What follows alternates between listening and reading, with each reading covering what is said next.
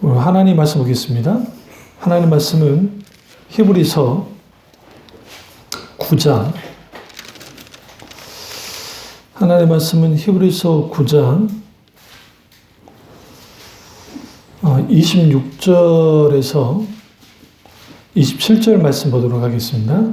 히브리서 9장 26절에서 27절입니다. 그리하면 그가 세상을 창조한 때부터 자주 고난을 받아야 할 것이로되 이제 자기를 단번에 제물로 드려 죄 없이 하시려고 세상 끝에 나타내셨느니라. 한 번 줬는 것은 사람에게 전하는 것이요 정해진 것이요 고의는 심판이 있으리니. 아멘. 말씀 제목은 나사렛 예수의 죽음과 나의 죽음이라는 제목으로 말씀 나누도록 하겠습니다. 나사렛 예수의 죽음과 나의 죽음이라는 제목으로 말씀 나누도록 하겠습니다. 우리가 이제 죽음은 세상의 관점에서 보는 죽음과 기독교에서 보는 관점의 죽음이 달라요. 세상은 이제 자연주의적인 순환관, 그러니까 진화론에 입각해서 혹은 불교나 힌두교 사상 속에 있게 되어지는 그 순환론적인 세계관 속에는 태어났으면 그 다음에 자라났다가 살다가 죽는 게 당연하다고 생각하는 거예요. 그래서 이제 카톨릭이 아니라 이러한 이 자연 종교, 특별히 이 힌두이즘이나 그 다음에 불교나 기타 그런 종교에서는 이것을 그냥 죽음은 자연스러운 것을 받아들이는 거예요. 그리고 그 죽음이 끝이다라고 보는 거죠.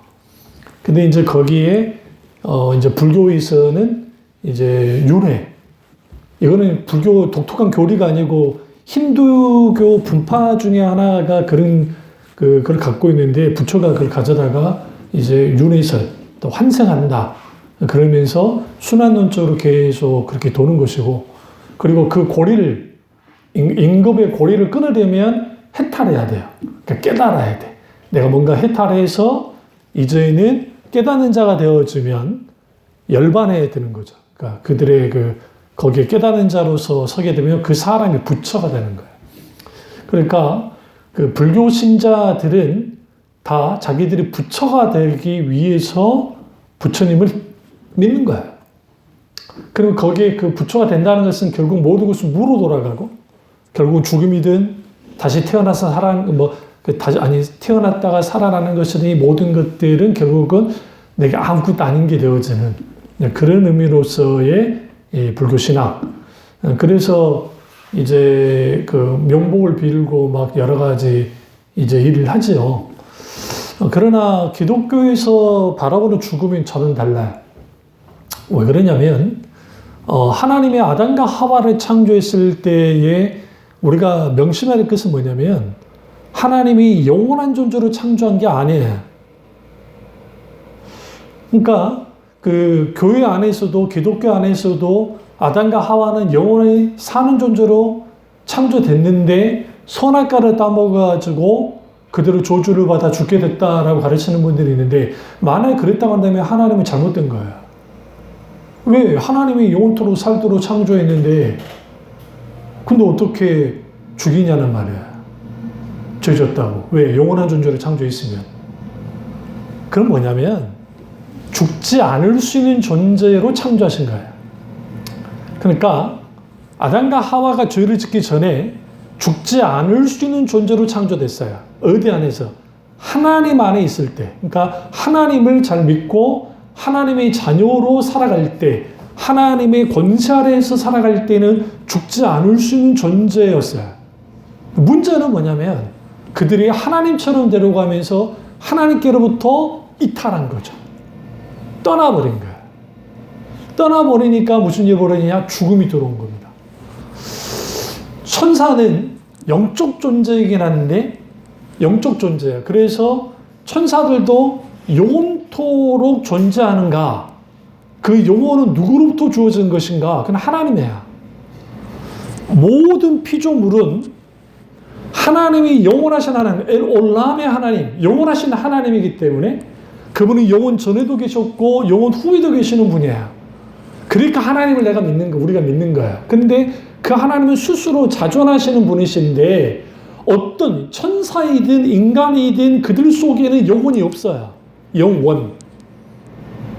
이걸 이제 오늘 제가 그리스도가 왜 죽어야 했고 나의 죽음이 도대체 그것과 무슨 상관이 있는가, 이걸 좀 들여다볼 필요가 있습니다.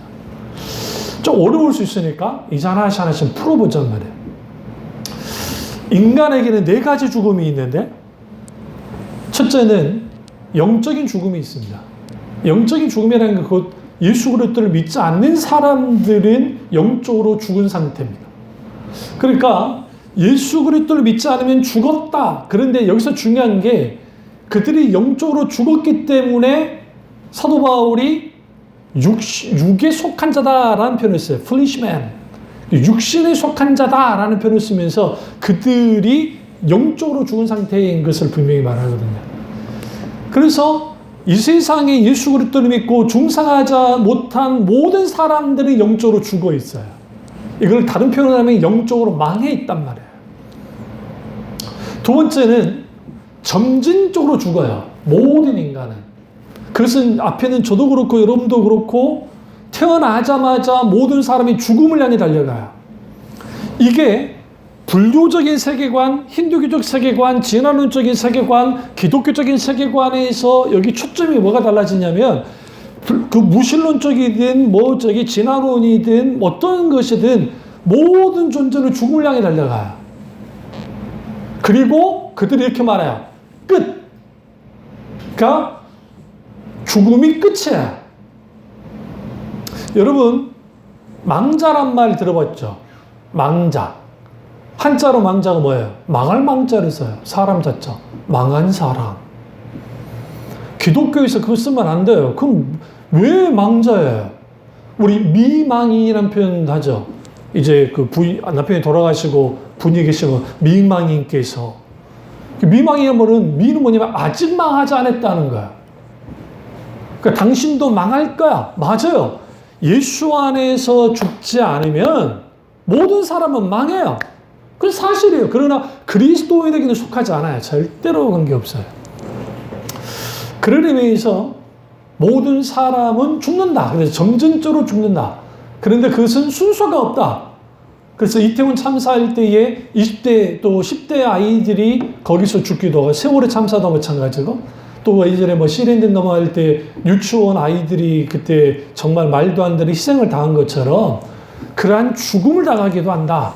그러나 그것은 모든 인간은 죽는다. 그래서 점진적으로 죽음을 분명하게 말하고 있고, 세 번째 죽음은 육신적인, 육의 죽음이에요. 그러니까 이제 모든 사람이 끝에 이제 누군가는 죽게 되고 육신도 죽는다라는 거예요. 그러면 세상에서 말하는 죽음과 기독교에서 말하는 죽음이 어떤 차이냐? 세상에서는 심장이 멈추고 호흡이 끊어지면 의사가 계속 봐서 이제 판별합니다. 그리고 사망 선고를 놔요. 그런데 기독교에서의 죽음은 뭐냐면 영혼과 육신이 분리되는 거예요. 그러니까 영혼과 육신이 분리되음을 통해서 육신은 땅에 남아있고 영혼은 하나님께로 갑니다. 그러면 예수 믿는 사람이 죽었을 때에 어떻게 하나님께 올려지는가? 여러분 무슨 지옥 간증, 천국 간증 같은 그런 거 들을 필요 없어요. 그럼 그러면 임사체험은 그런가 보다 하면 되고, 중요한 거는 우리가 딱 어떤 상황 가운데 죽게 되어지면 우리 영혼과 육체가 분리되고, 어떤 사람은 영혼이 내 육체를 봤다 그러는데, 그거보다는 순식간에 주님께 올라가요. 그러니까 낙원에 이르게 돼요. 예수 믿는 사람들. 그리고 예수 믿지 않는 사람들은 어디로 가게 돼요? 음부에. 그러니까 이거를 이제 헬라어로 히브리어로 하데스, 음부에 가게 되어지고, 그 다음에 예수 믿는 사람 즉각 하나님께, 그러니까 이 낙원으로 가게 돼 있어요. 순식간. 그러니까 우리가 숨이 고두자마자 주님 품에 안긴단 말이에요. 무슨 사탄이 빼앗아라 그런 거 없어요. 그 죽음 중에 하나가 모세가 느보산에서 죽었을 때 딱 죽자마자 그 사탄이 무슨 짓을 하냐면 시체를 차지하려 들어요. 그러니까 시체를 막 달려들어요. 성경 보시면. 그러니까 하나님이 미가엘 천사를 보내서 그 시체를 하지 못하도록 이제 주님 막는 장면이 성경에 나옵니다. 그러니까 영혼이 하나님께로 즉각 낙원에 이르는 거예요. 그리고 이제 우리가 뭐 천국 간다는 표현을 쓰는데 맞긴 해요. 그런데 그 하나님의 나라, 이 데오파루시아, 하나님의 왕국이라는 것은 단순히 그냥 우리가 생각하는 죽으면 나 천국 갈 거야 라고 하는 식의 신앙은 아주 부분적인 신앙이에요. 그러니까 오늘 이제 그 말을 할 거예요. 우리가 여기서 이제 분명히 볼 것은 뭐냐면 예수 그리스도가 죽으셨다. 그런데 나를 위해서 죽었고 모든 인류를 위해서 죽었다. 근데 그 죽음이 나에게 무슨 상관이 있는가? 그것은 결국은 죄와 사망의 모든 저주를 감당하시고 죽으셨어요. 그분이 인간이 되셔야 됐기 때문에. 왜? 아담과 하와가 지은 죄를 하나님께 대가를 치러야 되는데 그 죄의 대가를 치르려면 죄 없는 자가 죄를 대가를 치러야 돼. 그러니까 하나님 외에 죄 없는 분이 없으시니까 하나님이 인간이 되셔서 이 땅에 오셔서 우리를 위해서 대신하여 죽으셨단 말이에요. 여기서 십자가에서 죽으셨을 때에 크게 그 세 가지 시선, 혹은 크게는 네 가지 시선을 볼 필요가 있어요. 그것은 뭐냐면 하나님의 시선. 십자가 달리시는 하나님이 보고 계시고, 그 다음에 군중들의 시선. 사람들이 보고 있고, 갑자기 또 예수님과 같이 달려있는, 그러니까 지금 오른편 강도, 왼편 강도 달려있는 그들의 시선. 그리고 나머지 네 번째가 사탄의 시선이에요. 그럼 여기서 중요한 게 하나님의 시선. 이게 이제 더 패션 오브 크라이스트 영화를 멜 깁슨이 이제 제작하고 감독하면서 만들었는데 그때 그건 너무 시파 아니냐 했지만 저는 정말 잘했다고 생각해요. 그게 왜 그러냐면 하나님을 위해서 보고 계시는 거예요. 그러면 예수 그리스도가 죽었는데 중요한 건 뭐냐면 너무 비참하게 죽었어요. 그러니까 예수님 당시 가장 악랄하고 최고의 형벌이 십자가 형벌이에요. 근데 십자가 형벌의 가장 특징은 우리는 이제 대부분 보면 목을 베는 게 정말 잔인하게 보이잖아요. 사람 목 베고 죽이는 거. 이게 가장 그 사람을 뭐라고 합니까? 편하게 죽이는 거야. 죽는 것 중에. 우리 이렇게 말하면 목사님 너무 잔인하. 그러니까 보기에는 잔인한데 순식간에 끝나요. 그 다음에 교수용도 시간이 걸리잖아요. 그런데 그 십자가 형벌은 사람을 금방 죽이기 위한 목적이 아니에요. 그러니까 십자가는 딱 달려놓고 이 사람들이 최고의 고통을 오랫동안 당하게 만드는 거야.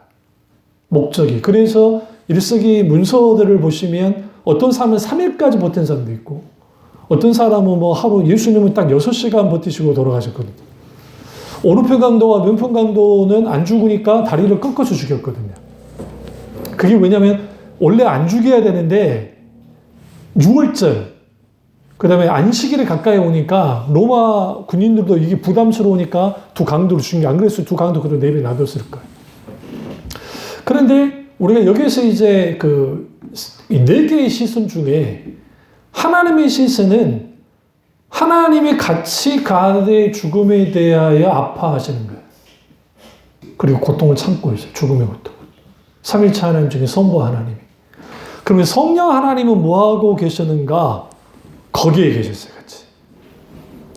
성자 예수 그리스도의 죽음에 대하여 거기에 함께 계셨단 말이에요. 그것을 모든 것을 이제 같이 하시죠. 그것에 마지막 주님이 다 이루었다 하시고 운명하시죠. 그게 하나님의 시선이고, 그래서 수직적으로 하나님 보고 계시고, 근데 그때 하나님의 눈에 비친 예수는 누구냐? 죄인 중에 죄인, 괴수 중에 괴수예요. 하나님의 아들로서 보는 게 아니에요. 왜? 인류의 모든 죄를 담당했기 때문에. 그래서 사도 바울이 예수 그리스도를 죄되게 하신 것은, 죄인 되게 하신 것은, 죄 없는 자로 죄되게 하신 것은 우리로 하여금 그리스도의 십자가의 공로로 인하여 구원하게 하려 합니다. 그래서 예수님은 모든 저주를 받아서 비참하게 죽으셨어요. 마찬가지로 오늘날에 여러 죽음의 모습이 있습니다. 돌연사 있잖아요. 돌연사, 고독사, 돌연사, 사고, 병으로, 또 아니면 자살, 기타 등등, 이거는 여러 죽음이 있어. 근데 모든 죽음은 비참해요. 심지어는 사랑하는 가족들 앞에 천수를 다 누리고 거기서 죽으신 분도 비참한 거예요. 왜? 죽음 자체가 비참해요. 죽음 자체가 죄의 결과였기 때문에 그것은 비참함입니다. 그러니까 우리는 이렇게 생각하죠. 사고당해서 이번에 지진 때문에 사람들 많이 죽었으니까 비참하게 죽었네. 근데 모든 인간은 죄 아래 죽기 때문에 다 비참해요. 그러면 예수 믿는 사람이 중상한 그리스도인이 사고로 죽었다고 해서 비참한 것인가? 저는 그렇지 않아요. 왜? 땅에서는 비참할지 모르지만 하늘에서는 환대해요. 그러니까 예수님이 그 말씀하셨잖아요. 한 사람의 영혼을 구원할 때 그가 주님께로 인도되어졌을 때 하나님이 두 파 벌려서 그를 맞으셨다라는 말씀처럼 주님이 그렇게 맞아들이시는 거예요. 여기서 그래서 우리가 이태원 참사, 세월호 정말 말도 안 되는 그런 일들, 거기에 죽었던 그 아이들, 그때 죽음의 그 고통을 겪었던 그것을 정말 생각해 보면 얼마나 가슴 아프고 힘들고 정말 그래요. 근데 결국은 모든 인간은 죽음 앞에 비참하기 때문에 그 비참한 죽음 앞에 섰을 때 내가 오직 의존할 수밖에 없는 것은 비참하게 죽으셨던 예수 그리스도, 십자가에서 죽었던 예수 그리스도, 그 죽음과 나의 죽음이 만나야 돼. 그게 우리의 죽음이에요. 그래서 우리가 죽게 되어졌을 때 예수 그리스도의 죽음이 내게 직접적으로 영향을 끼치는 거야. 이게 굉장히 중요해요. 근데 이게 두 번에 걸쳐서 이 일이 벌어지는데, 하나는 born again, 중생했을 때에 내가 다시 위로부터 다시 태어나면 영적으로 내 이 모든 것들이 세례받을 때 죽은 것처럼 됐다가 다시 살아나는, 죽었다가 다시 살아나는 영적으로 하는 그런 중생의 그 죽음의 경험이 있고, 또 다시 살아나는 경험이 있고, 그리고 우리가 죽음을 통해서 뭐가 딱 끝나냐면 크로노스라고 하는 시간이 끝나는 거야. 이제 좀 어려우니까 이제 이걸 좀 제가 말씀을 드리겠습니다. 이 세상 사람들은 내게 허락된 기한만 살아요. 그렇게 알아요. 그게 어떤 사람은 100년, 어떤 사람은 50년, 어떤 사람은 뱃속에서 그냥 태어나지도 못하고 죽는 아이도 있잖아요. 김영재 교수님 연세대학교 104세신데 아직 살아계세요. 근데 조선 TV에서 그분에 대한 거를 이제 하시길래 내가 쭉 봤어요. 그분이 장로님이신데, 거기 오래 산 참 좋은데, 거기 말고 다른 다큐에서는 뭐라고 하셨냐면, 주위를 돌아보니까 친구들이 다 죽고 없더라는 거야. 근데 다행인 것은 아직도 100세 넘으신 분들이 7분이 계신데, 주위에 아시는 분들 중에. 그것도 복이지. 주위에 또 그런 분들 계시다는 거. 근데 우리가 그 긴 기간에 사셨던 분, 그것도 복이죠. 근데 중요한 거는 그 기간만 산다고 끝나는 거야, 세상은. 그런데 예수님이 이 땅에 오셔서 내가 너희에게 생명을 준다. 내가 영원한 생명을 너희에게 줄 거야. 나를 믿는 자는 영원한 생명을 얻게 된다고 하면서 주님이 계속 말씀하셨다는 거야. 그러면 예수 그리스도를 믿게 되어지면 그리스도인들에게 무슨 일이 벌어지냐면 세상 사람에게는 없는 시간이 딱 주어져요. 그게 뭐냐면 헬라어로는 아이온, 영원한 시간, eternal life, 영생이 주어지는 거예요. 영생이 내가 죽은 다음에 영생이 주어지는 게 아니에요. 그래서 성경을 잘못 가르치고 있는 거예요. 그러니까 예수 그리스도를 믿고 중생에 체험하면 영원한 생명이 우리에게 주어져요. 그런데 우리는 크로노스라고 하는 한기적 시간에서 살아간다고요. 이거를 뭐라고 표현하냐면 영원한 시간의 침투에 들어온 거예요, 인간에게. 그러면 이런 것들이 왜 일이 벌어졌는가? 그것은 하나님이 아담과 하와를 창조하기 전에 에베소서 1장의 창세전에 주님이 이미 우리를 택정하고 선택하셨고, 그리고 그들을 구원할 길을 작정하셨는데, 그 구원에서 가장 중요한 것은 인간이 하나님 안에서 영원토록 살게 하기를 위한 그러한 결정을 하셨다고요. 그 영원한 생명을 주기를 결정하셨어요. 그러면 아담과 하와는, 타락하기 전 아담과 하와는 죽지 않을 수 있었던 존재로 창조된 겁니다. 그리고 그들이 선악과를 따먹지 않았으면, 하나님 안에 살았으면 그들은 죽지 않은 존재로서 살았을 겁니다. 그러니까 여러분이 어떤 걸 깨부셔야 되냐면, 영생이라는 것은 죽지 않고 영원히 사는 게 영생이 아니에요. 응?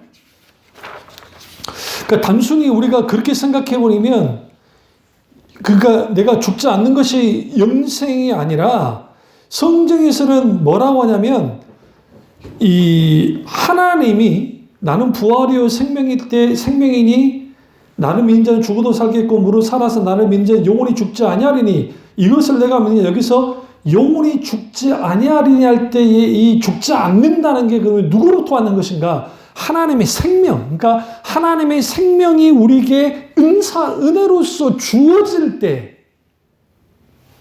살아갈 수 있는 게 영원한 생명이에요. 그러니까 단순히 죽지 않는 게 아니라 하나님의 생명이 우리 가운데 주어져야 돼요. 그래서 여러분, 죽음은 죽지 않음의 종식이었죠. 아담과 하와가 거기서 그렇게 되어졌으니까. 그런데 여기서 중요한 게 뭘 말씀드리려고 하냐면, 처음부터 죽음이 있었냐? 그럼 없었어요. 하나님이 창조할 때. 이 죽음은 타락의 결과로 죽음이 들어왔다고요. 동시에 영원한 생명도 들어온 거예요. 하나님께로부터. 그러니까 진시 황제가 불로초를 찾아 헤맨다고 되는 게 아니에요. 우리나라 제주도까지 왔다는 전승이 있잖아요. 사람 보내가지고. 그래서 우리나라 산삼을 가져갔다는 말도 있어요. 산삼. 근데 죽잖아요. 그러면 하나님이 우리에게 뭘 주시느냐? 하나님께서 우리에게 영원한 생명을 주시는데, 죄도 로마서 5장 11절에 이러므로 한 사람으로 말미암아 죄가 세상에 들어오고 죄로 말미암아 사망이 왔나니. 그러면 죽음의 정체는 뭐냐? 죄의 결과였다라는 거예요. 세상은 죽음의 결과는 뭐냐? 어떤 생로병사 중에 뭔가 태어났으면 죽는 것이 이치니까 그 이치 속에서 생각할 수밖에 없어요. 그러니까 이 세상에서는 영원한 생명을 누린다고 자기들이 발버둥 쳐도 아무리 과학 문명이 발전한다 할지라도 사람을 영원토록 살게 만들지 못해요.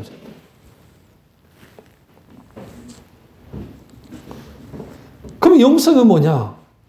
예수 그리스도 그분으로 말미암아 우리에게 주어지는 것.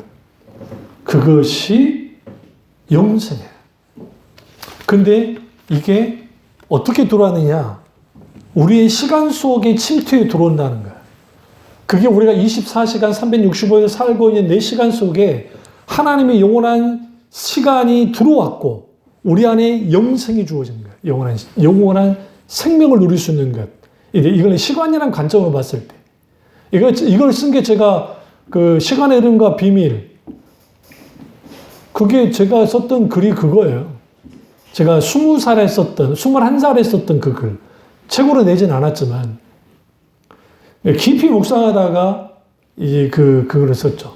근데 이제 우리가 여기서 중요한 건 뭐냐면, 예수 믿고 구원받아서 우리 영원한 생명을 누려야. 그는 죽어서 난 다음에 누리는 게 아니라 지금부터 누려요. 중생하자마자. 영원한 생명이 우리 속에 있고 크로노스 24시간 365일 시간을 같이 가지면서 살아가요. 이게 하나님 나라 백성들이 살아가는 시간이에요. 여기 한 가지가 더 필요한데 그게 뭐냐면 카이로스 시간. 하나님의 시간, 책임 있는 시간, 역사적인 시간, 중요한 시간. 그게 어디에서 맞닥뜨리느냐? 우리의 죽음에, 그러니까 내가 죽게 되어졌을 때, 죽음 이제 숨이 딱 넘어가면 몇 월 며칠 몇 시로 돌아가셨습니다. 그리고 그 사람은 더 이상 그 시간을 못 살아요. 그걸로 시간이 정지돼요. 그러니까 의사 선생님들이 몇 월 며칠 몇 분 몇 초에 돌아가셨습니다 라고 다 기록해야 돼요. 카운트 해가지고. 그 다음에 이 사람은 그 시간을 못 살아요. 왜? 생명이 떠났으니까. 영혼이 떠났으니까. 그러면 그 상황에서 우리가 하나님의 영원한 시간도 멈추는 것이냐? 그렇지 않다는 거예요. 그렇지 않아요. 하나님은 시간의 창조자신데 시간은 언제 창조했느냐? 하나님이 우주 만물을 창조할 때 그때 시간이 들어왔어요. 그게 크로노스의 시간, 24시간, 사람들이 누리는 시간. 그 시간 속에 죽지 않음이 있을 때에는 이 시간을 마음껏 누리며 살아가면 됐어요. 그러나 아담과 하와가 죄를 짐을 통해서, 잘 들으세요. 좀 어려운 설교이긴 한데, 이때 시간도 저주를 받은 거예요. 같이. 이건 제 말이 아니고 오스카 그분이 있는데, 어쨌든 그분의 그 구속의 시간인가 무슨 있어요. 그 글도 그렇고, 이제 시간에 대한 구속사 의미로 보면 그렇게 볼 수 있어요. 그래서 시간이 변질되어진 거죠. 그래서 사도 바울이 세월을 아끼라. 왜? 성령이 충만을 받으라 하잖아요. 세상에 악하니까 세월을 아끼라 그러잖아요. 그때 세월이 크로노스야. 시간을 구속하라. 아끼라는 표현이 단순 우리가 생각 그게 아니라 구속해라. 하나님의 시간이 되게 만들어라. 그래서 하나님의 시간이 되게 만드는 것은 결국은 카이로스의 시간, 하나님의 시간이고 그 시간 속에 살아가는데 마지막 나의 크로노스의 시간의 종착, 마지막 죽음의 순간, 여기에 뭐가 딱 들어오냐면 내 속에 영원한 하나님의 시간은 계속적으로 있어요. 영생이라고 하는 영원한 시간은 있어요. 그리고 동시에 그 죽음의 시간 속에서 카이로스의 시간, 그게 예수 그리스도가 죽으실 때 그때 있었던 그 시간이 카이로스의 시간이에요.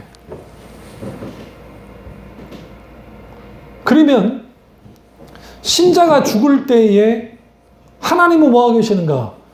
팔짱 끼고 계시는가? 그렇지 않다는 거예요. 시편에서도 하나님이 의인의 죽음을 귀중히 보신다라고 하는데, 이 귀중히 보신다는 표현이 히브리 원어적 의미 속에는 굉장히 주목하여 보고 자세히 들여다보면서 눈을 떼지 않는다는 거예요. 하나님께서. 왜? 아들을 죽였잖아. 예수님이. 하나님께서. 우리를 위해서 십자가 죽이도록 했잖아요. 그러면 거기에서 예수 그리스도 그분의 죽음, 그 죽음의 십자가의 구속의 시간, 그것이 내가 죽어질 때에, 중생이 체험할 때에 거기에 예수 그리스도 십자가의 죽음도 있었고, 동시에 나도 이제 죽음으로 가는 거예요. 근데 그건 죄의 결과였어요. 그런데 그 죄의 결과인데, 중요한 것은 신자는 죄의 문제를 해결하지 않고 그런 결과가 아니고 아직 하나님의 나라가 완전히 완성되지 않았기 때문에 우리가 죽게 되어지는 거야. 근데 그 죽음은 망하는 것도 아니고 하나님의 시간, 그러니까 영원한 하나님의 영원한 그 시간으로 들어가는 거야. 그게 새하늘과 새 땅, 하나님 나라에서 영원한 생명을 누리며 살아가야 됩니다. 그러다가 우리의 육신이 이 땅에 묻히거나 있잖아요. 아니면 바다에 뿌리기도 하고 수목장을 하기도 하고 관계없어요. 예수님이 다시 재림하실 때에 그때 무슨 일이 벌어지느냐? 우리의 영혼이 낙원에서 하나님과 살고 있고 또 믿지 않는 자들이 음보에서 고통을 받고 있다가 둘 다 예수님의 재림을 통해서 부활을 해요. 육신이. 그래서 낙원에 있는 사람들은 영원한 생명을 영적으로 누리고 있다가 주님의 재림하심을 통해서 같이 영혼과 육체가 부활의 몸으로 이제 하나가 되어지고, 그리고 그게 어디로 가느냐? 새하늘과 새 땅으로 들어가는 거예요. 천국과 좀 달라요. 우리가 생각하는 그 새하늘과 새 땅으로. 그리고 이 예수 믿지 않고 죽었던 사람들, 중생하지 못한 사람들은, 음부에 떨어진 사람들은 이제 영적으로만 고통을 당하다가 그들의 육신이 영벌이라고 하는 부활을 하게 되어지고, 그리고 그들은 완전히 지옥으로 던져져요. 그리고 사망과 죽음도 어디에? 불못에 던져진단 말이에요. 왜? 죄의 결과가 사망이었으니까 사망까지도 주님이 불못 던져버려요. 이게 두 번째 사망이라는 표현을 씁니다. 그 지옥에 던져진 상태. 그러면 우리는 지옥에 대해서 말할 때 그러니까 그 신구약 통틀어서 지옥에 대해서 가장 많은 설교를 하신 분이 예수님이에요.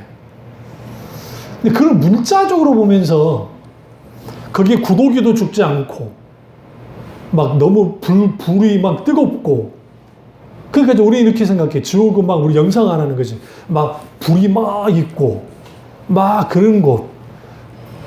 그러면 막 불타면은 막 그러니까 이게 뭐가 짬뽕이냐면 불교 그 염라대왕이 있는 그 세계와 짬뽕이 돼가지고 우리나라 사람들이 무슨 생각하냐면 막 불이 막 있고 그런 생각을 해요. 그럼 비유적인 표현이에요, 예수님이.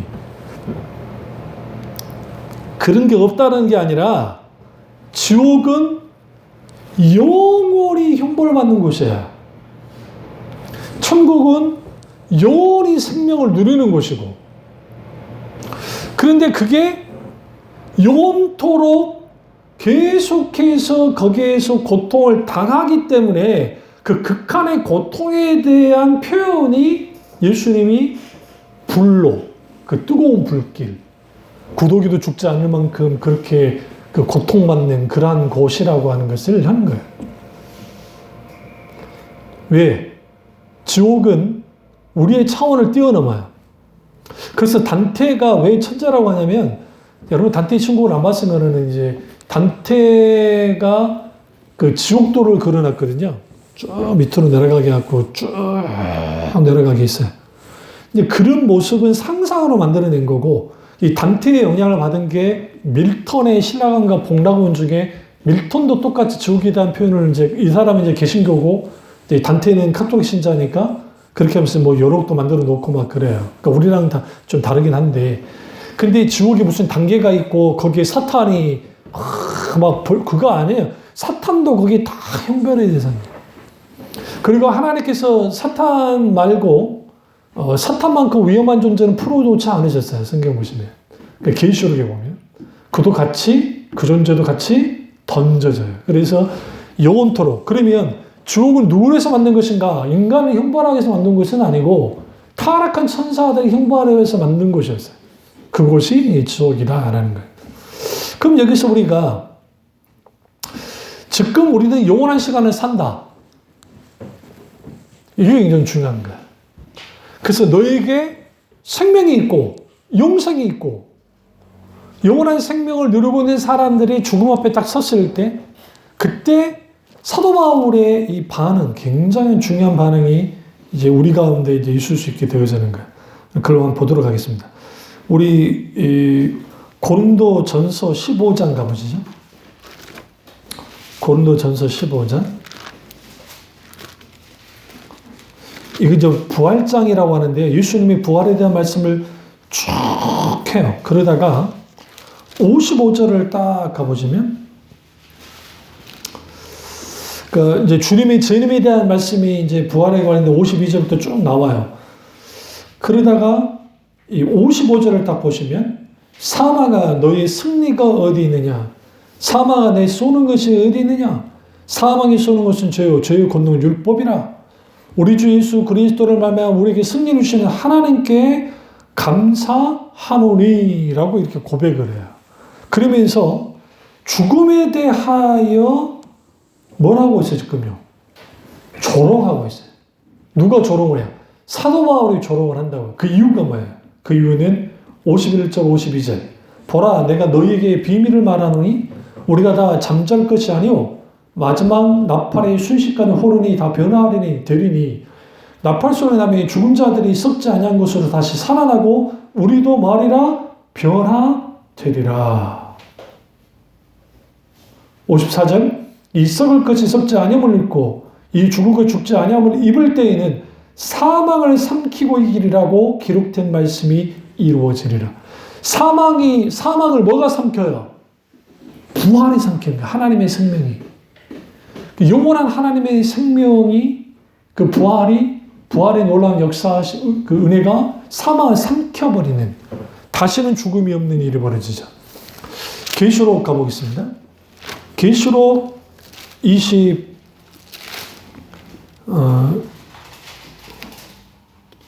1장을 가보시면 여기 새하늘과 새 땅이 이제 나오는데 우리가 아까 말씀드린 우리가 지금 죽으면 어디 간다고요? 영적으로 영혼이 낙원에 간다고 그랬어요.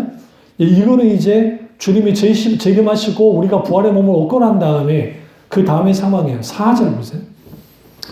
모든 눈물을 그 눈에서 닦아주시니 다시는 사망이 없고 애통하는 것이나 곡하는 것이나 아픈 것이 다시 있지 아니하리니 처음 것들이 다 뭐였음이라? 지나갔음이라라. 보호자에 앉으신가 이르시되 보라 내가 만물을 새롭게 하노라 하시고 또 이르시되 이 말을 진실로 참되니 기록하라 하시고 라고 되어 있어요. 여기서 새롭게 한다는 표현이 뭐냐면 카이노스예요. 카이노스. 헬라어 단어로. 이게 질적으로 완전히 바꿔놓는 거예요. 그러면 새하늘과 새 땅은 어디에 임하는 것인가?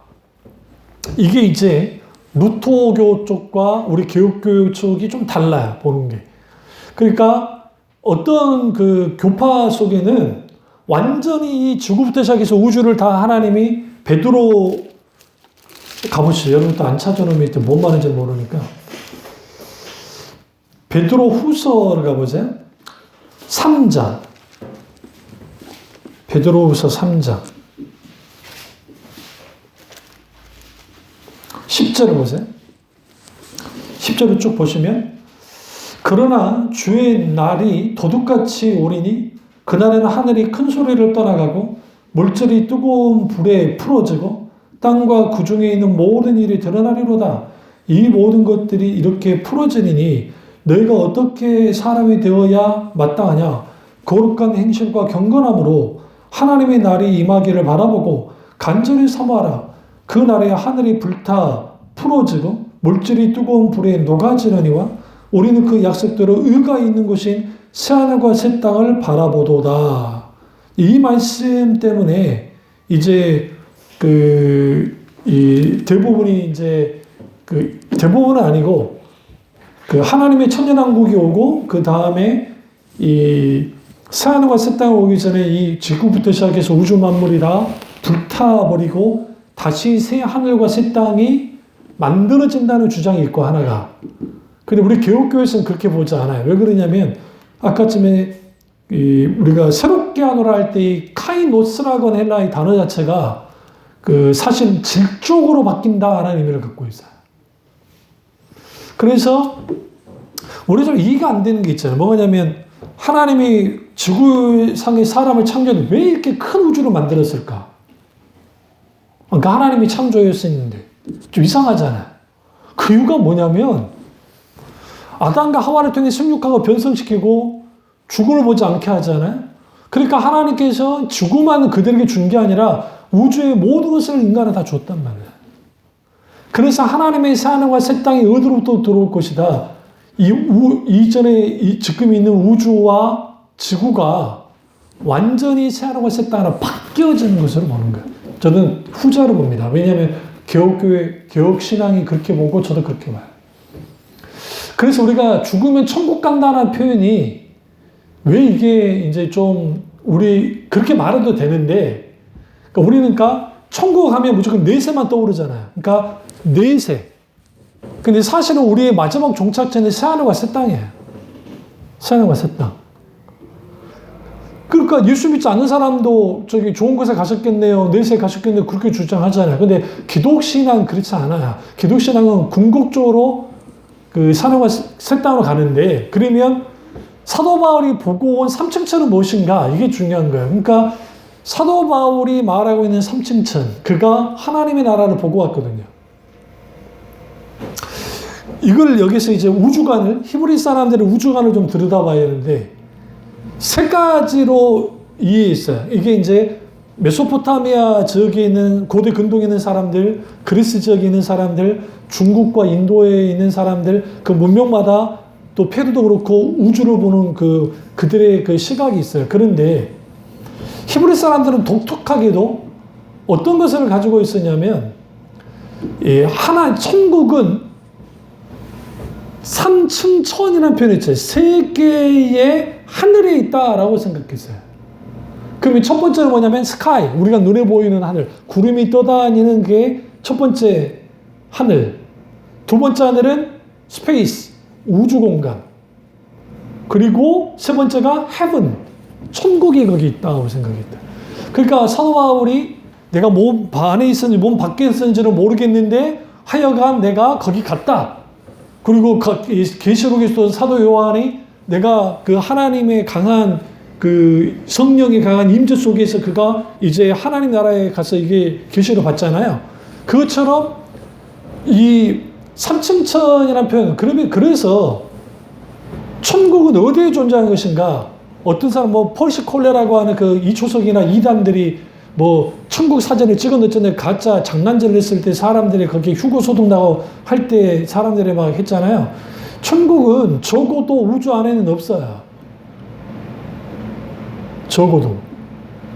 저 단언할게요. 왜? 차원이라는 곳에 있어요. 그리고 우리가 죽었을 때, 그럼 우리는 이게 상상하지. 내가 죽은 다음에 삼층천이니까 하늘 위로 올라가고 우주 위로 올라가고 그 다음에 우주 밖으로 갈 것이다. 그렇지 않아요. 차원을 뛰어넘어요. 그것은 예수님이 부활하신 다음에 엠마오로 가는 두 제자를 만나는데 동시에 주님 어디에 계셨냐면 그 부활하신 분임에도 불구하고 지금 숨어있는 제자들과 같이 나타나요. 심지어는 예수님이 문을 그냥 통과하고 돌아오세요. 육신을 갖고 계시는데, 부활의 몸을 갖고 계시는데. 그는 뭐냐면 그 영적인 존재는 시간의 구애를 안 받아요. 영적인 존재는. 그러니까 사탄이 우리가 생각하듯이 우리 비행기 타갖고 저기 미국 갔다가 여기 갔다 할 때 그 시간 걸린다고 생각하면 안 돼. 그렇다고 그들이 아예 그냥 그 시간에 아예 그냥 구애받지 않는다는 건 아니에요. 그는 동시에 나타나는 것은 예수님 외에 하나님 외에는 불가능하고 사탄도 하지만 그러나 적어도 우리가 생각하듯이 이렇게 하지 않는단 말이에요. 그래서 제가 그 말씀드린 거예요. 순식간에 낙원에 이르요.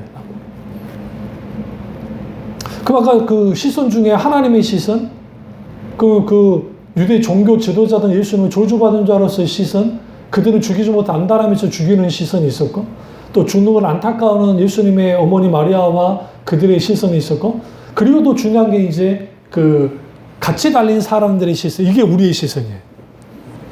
여러분, 인간은 독특한 게 죽음에 대해서 들여다볼 때 이게 나와 관계없는 죽음에 대해서는 크게 다가오지 않아요.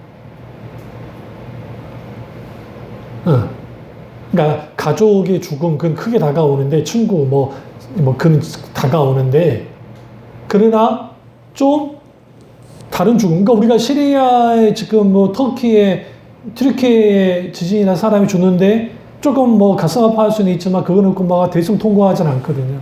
그러나 삼풍백화점에 막 무너진 것을 경험하신 분들 그걸 보고 정말 트라우마 때문에 한번 못 보실걸요?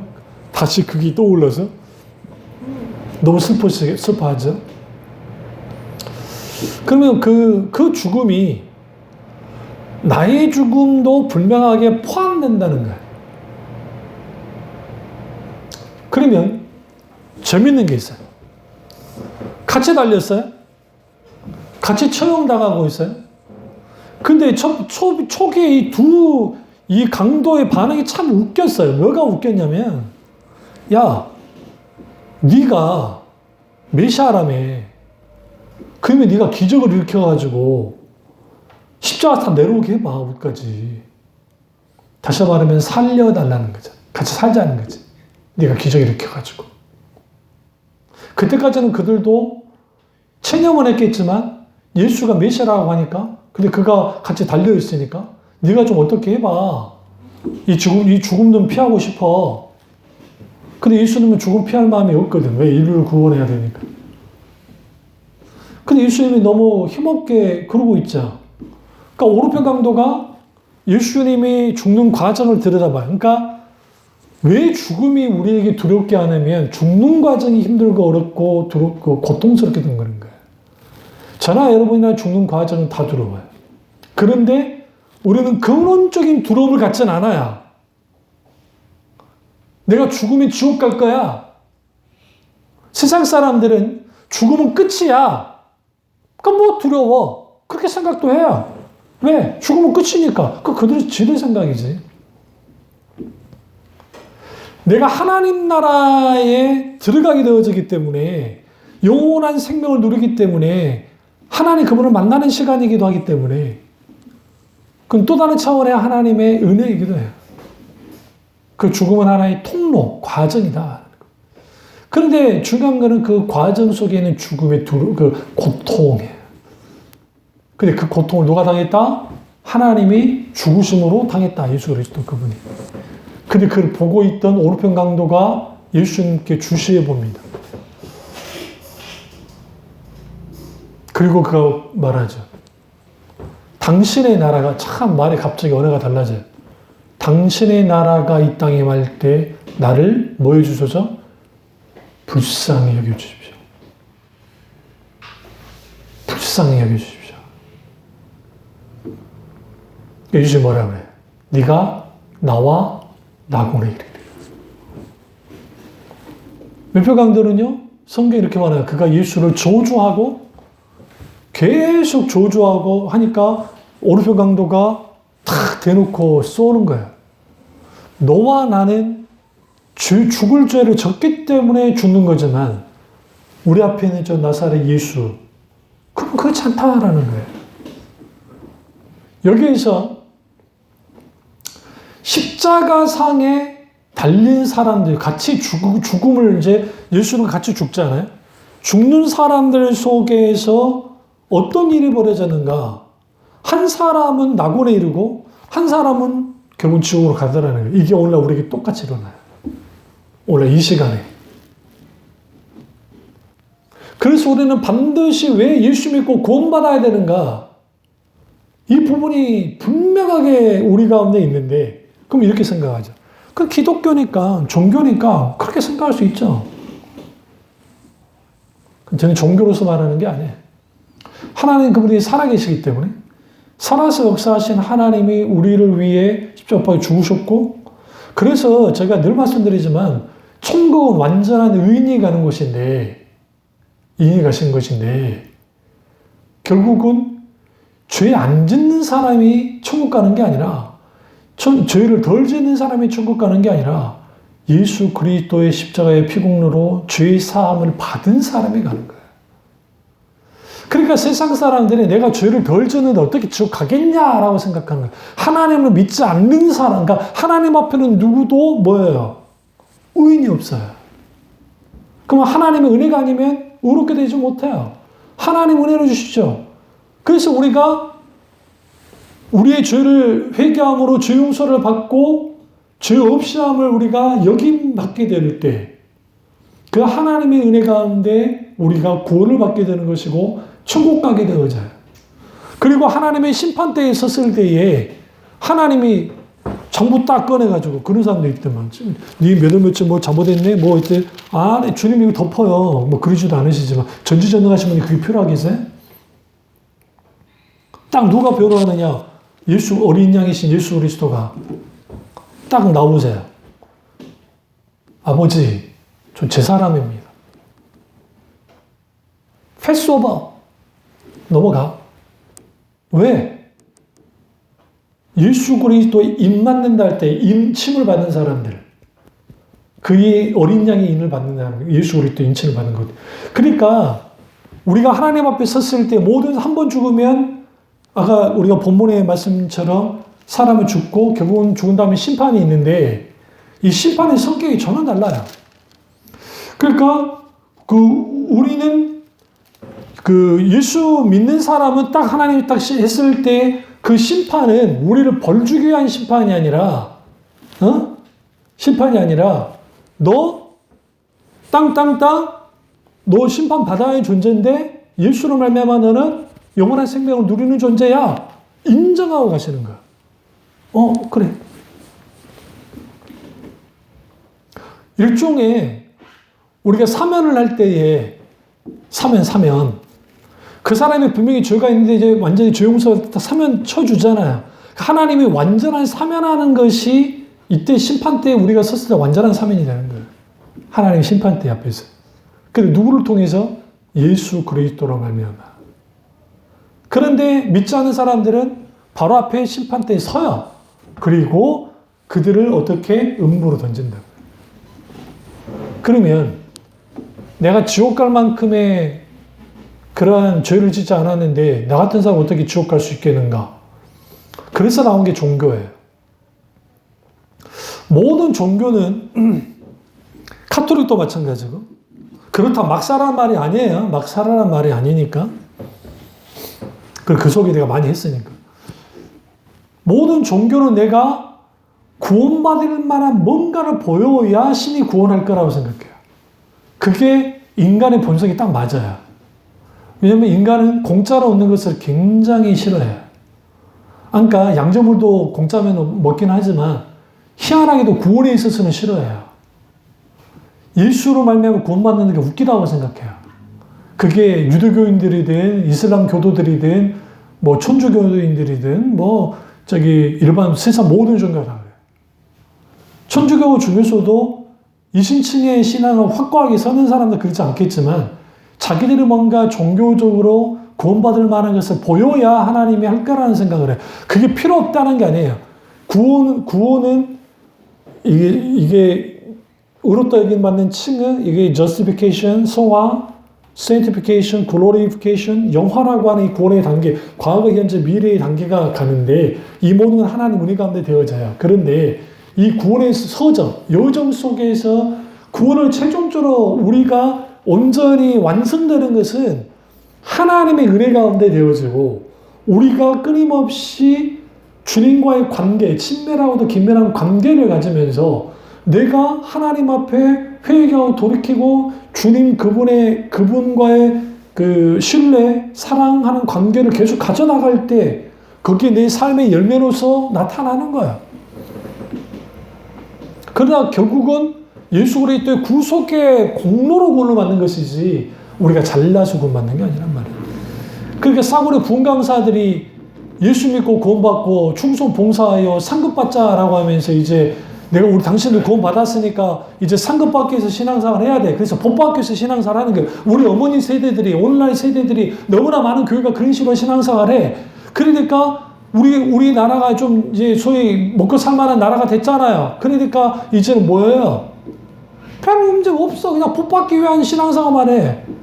거기에 하나님 나라를 위하여, 하나님 영광을 위하여, 하나님 나라의 어떤 이 땅이 이루어지는 것들, 소망을 가지고 살아가는 것들, 하나님과 친밀한, 영원한 친밀한 교제로 영혼을 누리고, 하나님 나라가 이 땅에서 우리 가운데 실제로 통치와 다스림이 있게 되어지는 그러한 삶을 사는데 전혀 관심이 없어. 그러니까 당연히 신앙생활은 교회에서만 하고, 집에서는 신앙과 저는 달리 하는 이원론적인 신앙생활을 하는 것이. 이게 가장 잘한 게 연예인들과 가장 잘하는 게 정치인들. 응? 그럼 그분들만 그러느냐? 신앙의 본질에서 떠난 사람들이 그런 경우가 많단 말이에요. 그러면 그 사람들이 죽음 앞에 딱 섰을 때 그래서 예수 믿지 않은 사람과 똑같은 반응이에요. 그게 뭐냐면 처음에는 격렬하게 저항해요. 난 죽을 수 없어. 그러나 이게 더 가면 이제 그 다음에는 체념해요. 체념하는 단계로 가요. 아, 얘는 죽을 수밖에 없나 보다. 그러니까 세 번째가 뭐냐면 이제는 지푸라기 잡는 심정으로 하나님을 찾아야. 하나님이라도 찾아야. 그런데 그 죽음의 공포로서 못 벗어나요. 죽으면 나 지옥 갈 것 같아. 난 잊혀진 존재가 될 것 같아. 그러다가 위태위태함 속에서 죽어요. 근데 신앙생활 참 잘하는 것 같은 분들이 그렇게 가는 경우 많다. 이길수 목사님 말했던 것처럼. 그 왜 그러냐? 교회가 한 번도 메멘토 모리, 죽음을 기억하라고 하는 그러한 이 죽음, 이 웰다잉이라고 하는 이 죽음에 대한 것을 가르친 적이 없는 거야. 그냥 웰빙만 가르쳤고 어떻게 잘 먹고 잘 살 거만 가르쳐놨지 이런 설교를 들어본 적이 없는 거야. 그러니까 낯설어. 그럼 왜 그러느냐? 그게 이 세상이 만들어낸 거예요, 시스템이.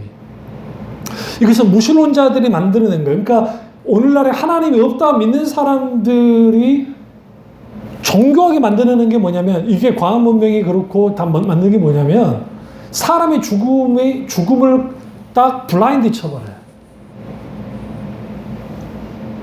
왜? 오늘날 저는 집에서 태어났고, 대부분 그 병원 태어난 분들 많지 않을까. 우리 때는 집에서 태어난 분들이 많아요. 병원에 태어난 분도 있지만. 요수 깡초는 뭐야? 병원이 별로 없잖아요. 그러니까 난 집에서 태어났다. 우리 형도 집에서 태어났고. 1039번지. 근데 죽을 때는 옛날에 다 집에서 돌아가셨어요. 잘 생각해 보세요. 그래서 상주이라는 게 집 많이 써 있었잖아요. 그러니까 우리나라가 병원도 많아지고 하면서 이제 장례식장도 생기고 병원에서 병원 영안실에 이제 하면서 장례식장이 되는 거잖아요. 그러니까 우리 어렸을 때는 그래서 죽음을 봤단 말이에요. 그러니까 내 가족의 죽음도 보지만 다른 사람들, 나와 전혀 상관없는 죽음도 봐요. 그리고 저는 어릴 때 기억나는 게 상에 메고 가는 것도 많이 봤어요. 그 도시에 살았어도. 그러니까 사람들이 죽음에 대해 생각을 해요. 그리고 그때는 평균 수명이 또 낮으니까 또 그랬고. 그러나 이제 90년도 이후에, 그러니까 제가 마지막 그 신자들 염하는 세대라 했잖아요. 우리가 그걸 경험해봤던 세대. 우리 세대까지, 딱 우리 세대까지. 이후에는 장례 그 지도사분들이 다 알아서 해주시니까. 근데 그때 그 썩은 냄새, 덜덜 떨면서 나는 그 청년이 전도사가 목사님 같이 들어갔는데 시체를 만진다는 게 이게 얼마나 근데 이게 만지는 게 문제가 아니요. 마스크를 쓰는데도 이 시체 썩는 이 격한 냄새는 이 감당을 못해요. 뛰쳐나갈 수가 없잖아. 그러니까 거기에 막 향을 피우고 하는 게 그걸 이제 기우려고 그러는 거예요, 사람들이. 그거. 근데 오늘날에는 어떻게 했느냐? 이전에 이것들을 다 뭐에? 블라인드를 치는 거야. 볼 기회가 없어. 그냥 누구 돌아가셨대. 그러면 거기 가서 하는 거고, 내 가족이 죽게 될 때, 임종을 맞이할 때, 그때서야, 죽는구나 하는 거야. 그러면 이 세상은 어떤 해결의 3단 논법을 가지고 나왔는데 그게 뭐냐면, 소크라테스는 태어났다. 소크라테스는 죽었다. 세 번째, 그렇기 때문에 나도 죽는다. 이게 이 3단 논법이에요. 그러니까 그리스 철학자나 오늘날 이성주의자들이 생각할 때 인간은 죽는다는 거 다 알아. 그런데 죽는다. 그걸로 끝이다. 라는 거야. 끝이다. 그래서 이제 여기에 여러 사람들이 막 나와요. 그러면 거기에 죽음에 대하여 정면을 이제 했던 사람들이 까미, 그 다음에 그 니체, 그리고 우리가 잘 아는 괴테도 그렇고, 그 다음에 칸트, 특별히 칸트 같은 경우에는 내가 죽음을 내가 결정하겠다. 그리고 그냥 죽어버려요. 그리고 괴테는 머리에 그 권총으로 쏴서 자기가 죽어요. 그 이유는 뭐냐면, 내가 왜 이 죽음의 공포에 시달려야 되지? 니체가 죽기 일보 직전에 갔을 때도 니체가 죽음의 공포 속에 휩싸였어요. 그건 제자들이 알아요. 그래서 마지막에 했던 게 뭐냐면 신을 찾았어요. 그러니까 하나님이 죽었다고 했던 사람이 마지막 죽는 순간에 하나님을 찾았다고요. 거기서 말하는 카톨릭의 천주 하나님을 찾았어요. 그러니까 제자들이 이제 그거에 대해서 그때는 그 순간 그냥 마음이 그래서 그러신 거라라고 얼버무리긴 했지만, 그 어마어마한 하나님은 죽었다는 사신신학을 신의 죽음에 대해서 말했던 니체도 죽음 앞에서는 흔들렸다. 그럼 앞에 설교한 안소 목사는 똑같죠. 근데 다른 게 있어요. 그게 뭐냐면, 죽음의 크로스 마지막 나의 시간이 끝날 때 하나님의 크로노스의 시간이 맞닿아 있고 하나님의 영원한 시간이 나를 붙들고 갈 때 거기에 하나님은 나의 죽음을 지켜보고 계시고 함께 하시고 죽음 당하신 예수 그리스도가 체휼하심으로 나와 나의 죽음과 함께 하시고 같이 죽어주시고 왜 그분이 죽으셨습니까? 우리를 위해서. 그리고 하나님의 성령께서 보도마 안아 끌어안고 계실 때 그리고 주님 품에 안긴다는 거예요.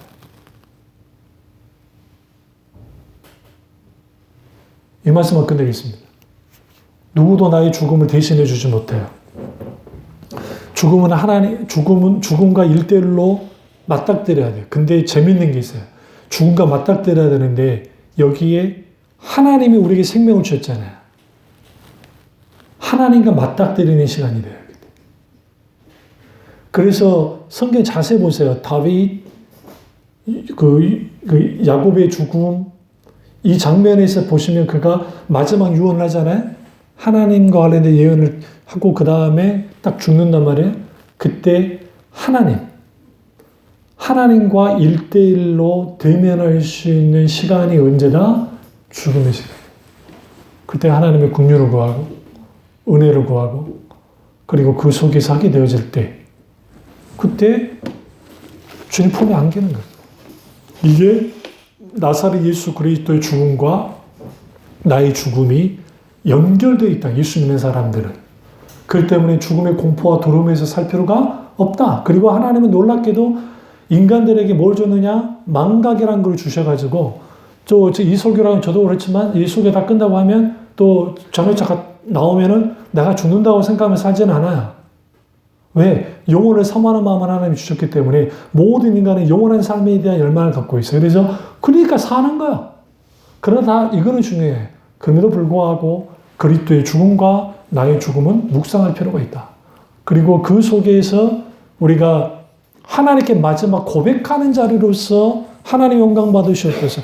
주님, 예수님이 내 영혼을 주님 받아주시옵소서라고 하는 예수님의 그 기도처럼 우리가 죽기를 보기 직전에 주님 내 영혼을 주님 받아주세요. 라고 하나님께 신앙 고백하고 돌아가시면 돼요. 저도 그렇게 죽을 겁니다. 여러분들 그 은혜가 있기를 주님을 축원합니다. 기도하겠습니다.